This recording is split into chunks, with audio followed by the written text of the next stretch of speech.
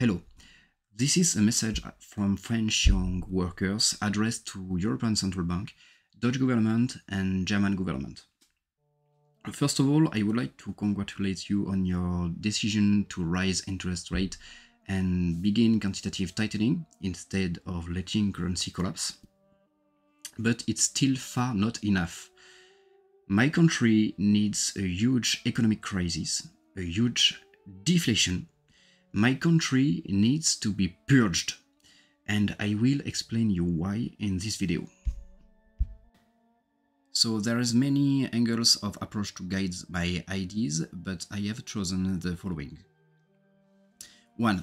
Low interest rates, utopian goals against a painful reality. 2. Your tools for interest rates assessment, an outdated model. 3. French population, a cold civil war until 30 years. 4. Punishment for those responsible for this crisis and redirection of investment. 5. The Fed trap. 6. Risk associated with an early reduction of interest rates.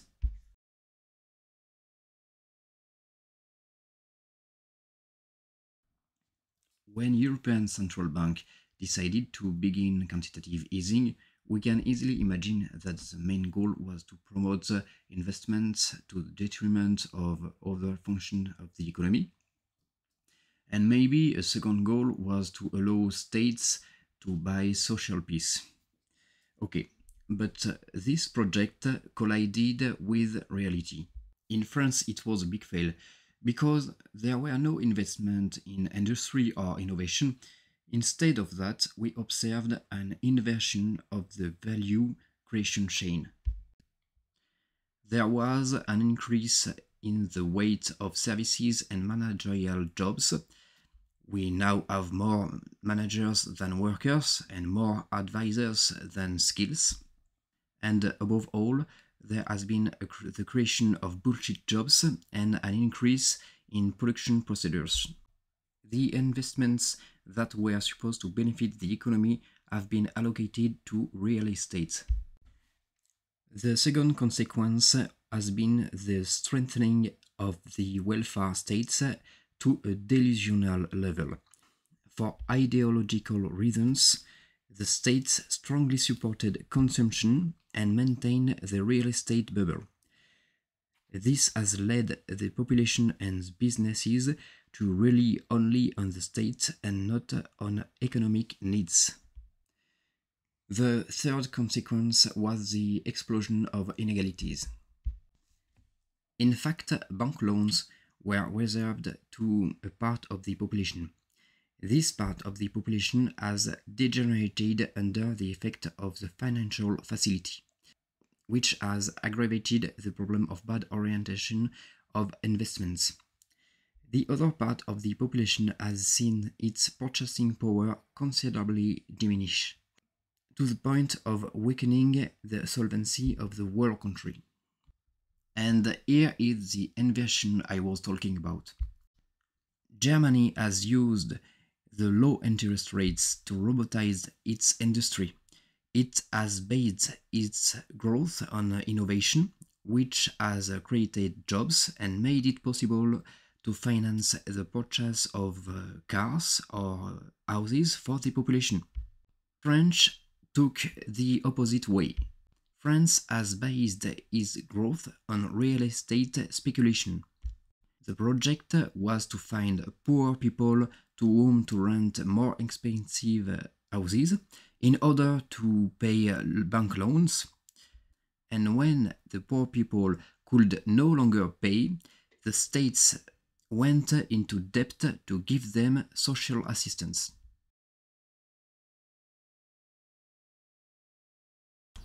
Central banks used to use the unemployment rate and inflation to set interest rates. These indicators are no longer valid. Indeed, the economy has entered a three-time inflation cycle without historical equivalent. A large wave of workers have retired and need services.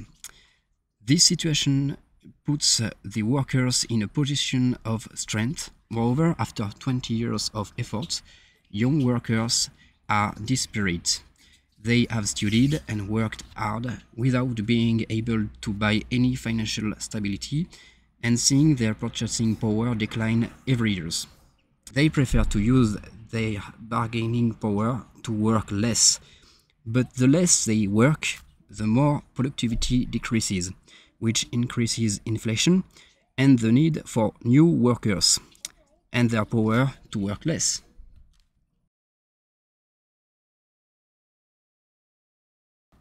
As you know, the calculation of inflation is no longer at all consistent. Real estate has indeed become financialized. This has caused the creation of financial bubbles, and the weight of real estate represents between 30 and 50% of the income of low-income households, while it only accounts for 6% in the calculation of inflation.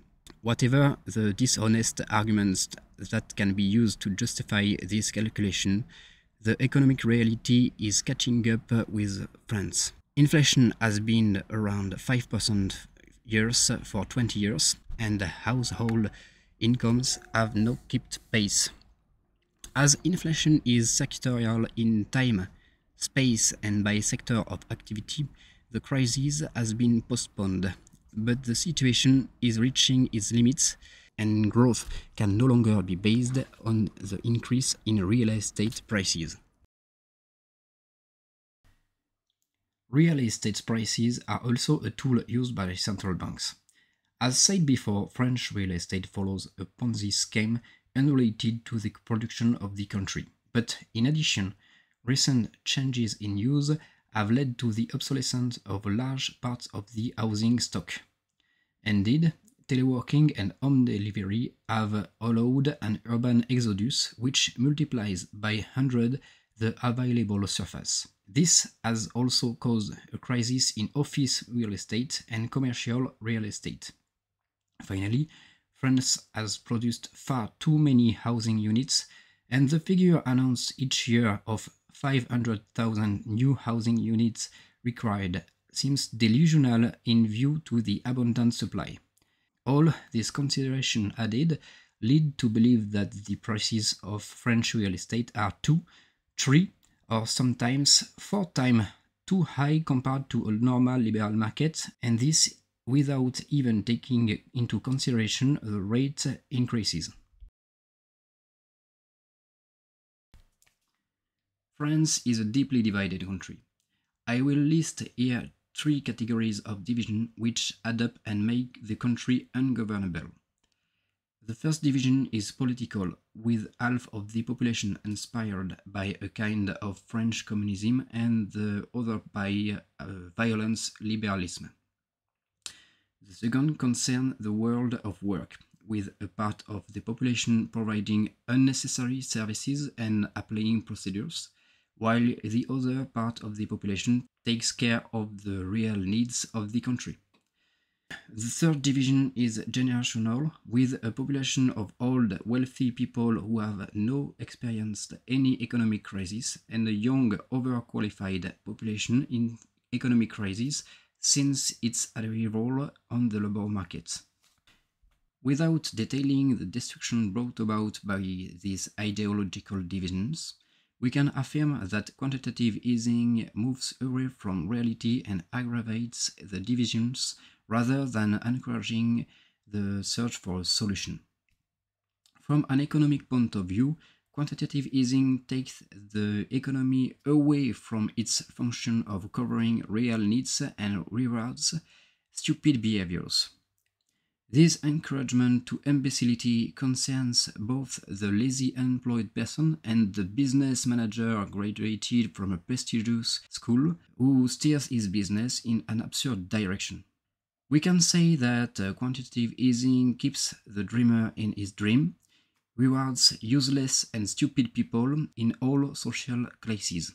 France is particularly affected by this problem because of the divisions that affect it. I think you have the responsibility to punish those who have used credit bank without intelligence and without consideration for the risk. Because in reality, the risks were taken on the currency, which is a collective good. I identify the following culprits in descending order of responsibility. 1. Banks and investors in the real estate market. It is indeed inadmissible that the banks have granted so many loans at fixed rates for an overvaluated market without the objective of producing wealth, without objective of modernization, or without ecological considerations.